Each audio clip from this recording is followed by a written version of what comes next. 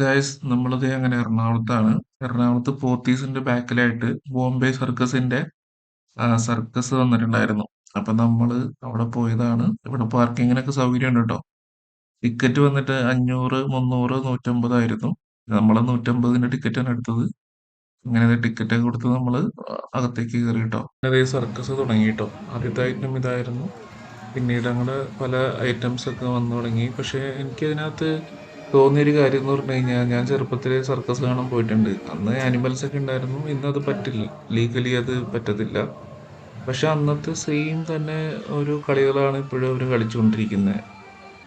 എല്ലാ കാര്യങ്ങളാണെങ്കിലും ജോക്കേഴ്സിന്റെ എല്ലാം സെയിം ഒരു കോസ്റ്റ്യൂമും അങ്ങനെയെല്ലാം എനിക്ക് തോന്നി.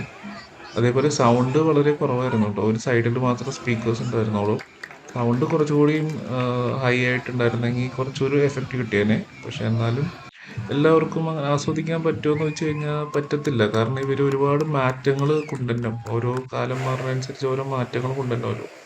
ഇതെല്ലാം പഴയതുപോലെ തന്നെയായിരുന്നു കേട്ടോ. എന്താണ് നിങ്ങളുടെ അഭിപ്രായം? കമന്റ് ചെയ്യ്.